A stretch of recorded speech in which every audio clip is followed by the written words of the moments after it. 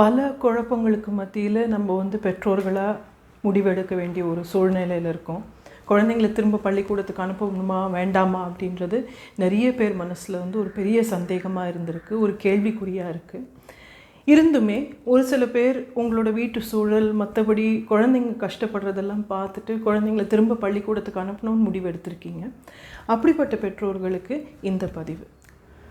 பொதுவாக ஒரு பழக்கம் செட் ஆகிறதுக்கு 21 நாட்கள்லேருந்து 3 மாதம் வரைக்கும் நம்ம டைம் கொடுக்கணும். பள்ளி வந்து 3 வாரத்தில் வந்து ஸ்டார்ட் ஆக போகுது. அப்படிங்கிறதுனால இன்னையிலிருந்தே தூக்கத்துக்கு உண்டான பழக்க வழக்கங்கள், உணவு சம்மந்தப்பட்ட பழக்க வழக்கங்கள் மற்றும் டாய்லெட் ஹேபிட்ஸ், இது 3மே வந்து சரியாக செட் பண்ணி நம்ம வந்து டெவலப் பண்ணி கொடுக்கணும். அதுக்கு அடுத்தபடியாக பார்த்திங்க அப்படின்னா சுயமாக விளையாடுறதுக்கு உண்டான ஹேபிட்ஸும் படிப்புக்கு உண்டான டைமும் நம்ம செட் பண்ணணும். ஏன்னா இந்த 5 விஷயம் நம்ம சரியானபடி செட் பண்ணிடணும் அப்படின்னா இவங்க ஸ்கூலுக்கு போகும்போது அட்ஜஸ்ட்மெண்ட் கொண்டு வரது இன்னும் ஈஸியாக இருக்கும். இதில் ரொம்ப முக்கியமாக இந்த இண்டிபெண்டன்ஸ், சுயமாக செய்யக்கூடிய ஹேபிட் நம்ம கொண்டு வந்தோம் அப்படின்னா ஸ்கூலுக்கு போகும்போது இன்னும் தைரியமாக அவங்க வந்து கான்ஃபிடெண்ட்டாக அதை வந்து அட்ஜஸ்ட்மெண்ட்டை நோக்கி போவாங்க.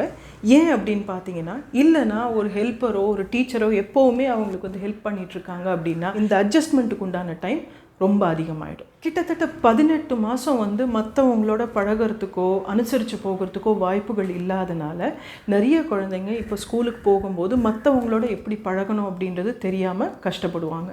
அதனால் இப்போத்துலேருந்தே உங்கள் வீட்டுக்கு பக்கத்தில் இருக்கக்கூடிய குழந்தைங்களோட அதே வயசில் இருக்கக்கூடிய குழந்தைங்க இருந்தாங்கன்னா அவங்களோட தினமும் கொஞ்சம் விளையாடுறதுக்கு உண்டான வாய்ப்புகள் ஏற்படுத்தி கொடுங்க. அஃப்கோர்ஸ் பேண்டமிக் உண்டான ரூல்ஸ் நம்ம ஃபாலோ பண்ணுறோம். குழந்தைங்களோட பழகிறதுக்கு உண்டான வாய்ப்புகள் ஏற்படுத்தி கொடுத்தா இந்த டெவலப்மெண்ட் வந்து அவங்களுக்கு ஸ்கூல்லையும் வந்து ஈஸியராக ஹேண்டில் பண்ணிக்க முடியும். இதில் முதல்ல பார்த்திங்க அப்படின்னா தனிப்பட்ட முறையில் தான் விளையாடுவாங்க. அப்புறம் 2 பேர் ஒரே ரூமில் விளையாடுவாங்க, ஆனால் ஒருத்தரோட விளையாட மாட்டாங்க. அப்புறம் விளையாட்டு பொருள் மிக்ஸ் பண்ணிப்பாங்க, ஷேர் பண்ணிப்பாங்க, ஆனால் ஒருத்தரோட விளையாட மாட்டாங்க. கடைசியாக தான் இந்த கோஆப்ரேட்டிவ் ப்ளே, எல்லாரும் கலந்து விளையாடக்கூடிய அந்த ஸ்டெப் டெவலப் ஆகும். ஸோ அதனால் இந்த ஸ்டெப்ஸ் எல்லாம் டெவலப் ஆகிறதுக்கு டைம் ஆகுன்றதை புரிஞ்சுக்கிட்டு நம்ம வந்து பெற்றோர்களாக இதுக்கு தினமும் வாய்ப்புகள் ஏற்படுத்தி கொடுக்கணும். குழந்தைங்க ஸ்கூல் ஸ்டார்ட் ஆனதுக்கப்புறம் செப்பரேஷன் ஆங்ஸைட்டி அப்படின்றது நம்ம எதிர்பார்க்கலாம். அதாவது நம்ம கிட்டேருந்து பிரிஞ்சிருக்கக்கூடிய பயம் அதிகமாக இருக்கலாம் நிறைய குழந்தைங்களுக்கு. இதனால் இப்போவே நீங்கள் என்ன செய்யலாம் அப்படின்னா உங்கள் கிட்டேருந்து கொஞ்ச நேரம் பிரிஞ்சிருக்கிற மாதிரி வாய்ப்புகள் ஏற்படுத்தி கொடுக்கலாம். ஒரு ஃப்ரெண்டு வீட்லேயோ இல்லை வேறு உங்களுக்கு தெரிஞ்ச நபர் வீட்லேயோ சேஃப்டி இருக்கிற வரைக்கும் கொஞ்சம் நேரம் விளையாடிட்டோ இல்லை பழகிட்டோ வரத்துக்கு உண்டான சான்சஸ் நீங்கள் கொடுக்கலாம். இது ஏன் அப்படின்னா உங்கள் கிட்டேருந்து பிரிஞ்சிருக்கக்கூடிய பயம் அதிகமாக இருக்கிறதுனால இப்போவே அதை மாற்றி அமைக்கிறதுக்கு உண்டான ஸ்டெப்ஸ் எடுத்திங்க அப்படின்னா ஸ்கூலில் அவங்க இன்னும் ஈஸியராக அட்ஜஸ்ட் ஆகுவாங்க. இந்த 18 மாதத்தில் கற்றலில் நிறைய குறைகள் வந்து ஆன்லைன் கிளாஸ்னால் வந்திருக்கலாம். அதனால் பல ஸ்கூல்ஸ் பார்த்திங்க அப்படின்னா இந்த அடுத்த 3-4 மாதத்துக்கு வந்து அந்த பிரிட்ஜ் கோர்ஸ் மாதிரி தான் அவங்க வந்து நடத்த போகிறாங்க. ஏன் அப்படின்னா இப்போ குழந்தையால் எழுத முடியலை, படிக்க முடியலை அப்படின்னு சின்ன சின்ன பிரச்சனைகள் அவங்க வந்து அதை பார்த்தாங்க அப்படின்னா அதை வந்து எப்படி மாற்றி அமைக்கிறது அப்படின்றதுக்கு உண்டான ட்ரைனிங்கில் தான் இறங்குவாங்க. இதனால் வீட்டில் நீங்கள் என்ன செய்யணும் அப்படின்னா ஆதரவான ஒரு சூழலில் குழந்தையோடு உட்காந்து தினமும் ஸ்கூல் ஒர்க் மட்டும் இல்லை அவங்க வந்து அந்த திறமைகளை வளர்த்திக்கிறதுக்கு உண்டான வாய்ப்புகள் ஏற்படுத்தி கொடுக்கலாம். இதுக்கு வந்து நம்ம தினமும் உட்காரணும், 2வது ஆதரவாக இருக்கணும், 3வது அவங்களால எது செய்ய முடியலைன்றது பார்த்து புரிஞ்சுக்கிட்டு அதுக்கு தகுந்த மாதிரி அவங்களுக்கு சப்போர்ட் கொடுக்கணும்.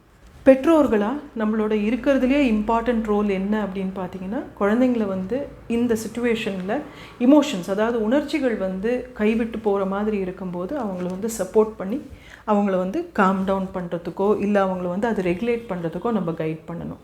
அதுக்கு பெற்றோர்களாக நம்ம முதல்ல நம்மளோட உணர்ச்சிகளை வந்து புரிஞ்சுக்கணும். அதுக்கு தகுந்த மாதிரி இப்போ கோவமாக இருக்கேன், வருத்தமாக இருக்கேன், பயப்படுறேன் அப்படின்றத வந்து நானுமே வந்து லேபிள் பண்ணணும். ஏன்னா என்னோடய உணர்ச்சிகளை நான் என்னைக்கு வந்து உணர்றேனோ புரிஞ்சுக்கிறேனோ அதுக்கு ஒரு பேர் கொடுக்குறேனோ, நான் என்ன குழந்தைங்களுக்கு சொல்லி கொடுக்குறேன் அப்படின்னா நம்ம வீட்டில் எல்லா உணர்ச்சிகளுக்கு உண்டான வாய்ப்பும் இருக்குது, இதை வந்து நான் சரியானபடி நான் வந்து வெளிப்படுத்தினேன் அப்படின்னா அதுக்கு உண்டான ஆதரவு இங்கே கிடைக்கும் அப்படின்றது நம்ம செட் பண்ணுறோம். இது வந்து நம்ம குழந்தைங்களுக்கு செய்யும்போது ஸ்கூலுக்கு போகும்போது பயமாக இருக்குது இல்லை வருத்தமாக இருக்குது கோபம் வருது அப்படின்னா அதை வந்து அவங்க வீட்டுக்கு வந்து உங்ககிட்ட ஷேர் பண்ணுறது, பகிர்ந்து கொள்வாங்க. அவங்க ஷேர் பண்ணும்போது நம்ம காது கொடுத்து கேட்குறது ரொம்ப ரொம்ப அவசியம்.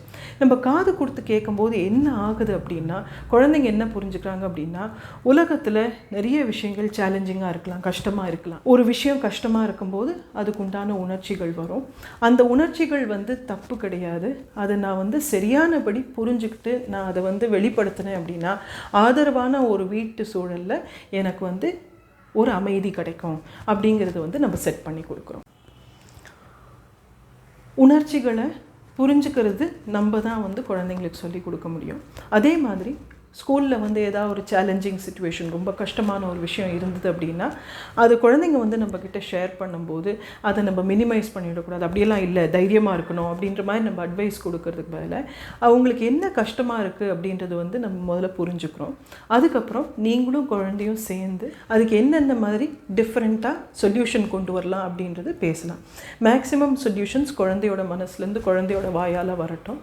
அதில் வந்து ஒரு சில விஷயம் வந்து நடக்காத விஷயமா இருக்கலாம், கற்பனையில் இருக்கலாம். அப்படி இருந்தது அப்படின்னா இதெல்லாம் முட்டாள்தனமான ஐடியா அப்படின்னு சொல்கிறதுக்கு பதில், அப்படியா கண்ணு அதை எப்படி செயல்படுத்துவீங்க சொல்லுங்கள் பார்க்கலாம், எனக்கு ஸ்டெப் பை ஸ்டெப் சொல்லுங்கள் பார்க்கலாம் அப்படின்ற மாதிரி நீங்கள் திரும்ப அந்த கேள்வியாக அதை கேட்கும்போது குழந்தைங்களா புரிஞ்சுக்கிறது என்ன அப்படின்னா, ஒரு சில பிரச்சனைகளுக்கு இப்படிப்பட்ட முடிவுகள் இருக்குது, இதெல்லாம் வந்து கற்பனையில் மட்டும்தான் முடியும், இது செயல்படுத்துறது கஷ்டம் அப்படின்றத அவங்க புரிஞ்சுப்பாங்க. எப்போவுமே நம்ம ஆதரவு இருக்குது அப்படிங்கிறதுனால குழந்தைங்க வந்து எவ்வளோ ஒரு பெரிய கஷ்டமான சிச்சுவேஷனாக இருந்தாலும் அதுக்கு வந்து உங்களோட சேர்ந்து அந்த சொல்யூஷன்ஸை வந்து பிரெயின் ஸ்டார்ம் பண்ணுவாங்க, கண்டுபிடிப்பாங்க. ஒரு சொல்யூஷன் கண்டுபிடிச்சதுக்கப்புறம் அதை செயல்படுத்தலான்னு நீங்கள் 2 பேர் கலந்து வந்து முடிவெடுக்கிறீங்க. அதை வந்து எப்படியெல்லாம் ஆக்ஷன் ஸ்டெப்புக்கு கொண்டு போகலாம் அப்படின்றது நல்லா வீட்டில் டிஸ்கஸ் பண்ணிக்கோங்க. குழந்தை போய் அதை செயல்படுத்தட்டும்.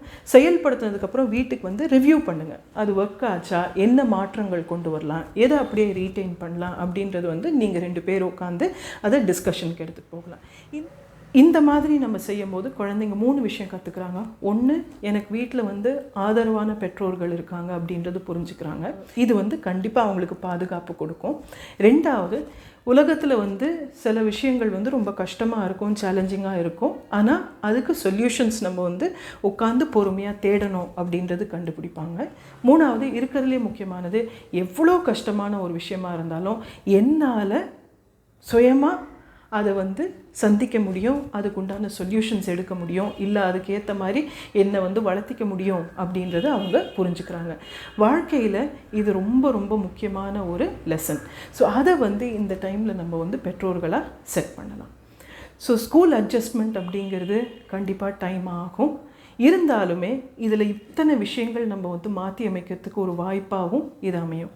அதனால் நீங்கள் இது வந்து பெற்றோர்களாக பார்க்கக்கூடிய கண்ணோட்டத்தில் பார்த்து செயல்களை மாற்றி அமைச்சிங்க அப்படின்னா உங்களோட உறவு, குழந்தையோடு இருக்கக்கூடிய உறவு மட்டும் டெவலப் ஆகாது, குழந்தைங்களுமே வந்து அழகாக இந்த சிச்சுவேஷனில் செட் ஆயிடுவாங்க, டெவலப்மெண்ட்டுமே இருக்கும். இந்த வீடியோ உங்களுக்கு யூஸ்ஃபுல்லாக இருந்திருக்கும்னு நம்புகிறேன்.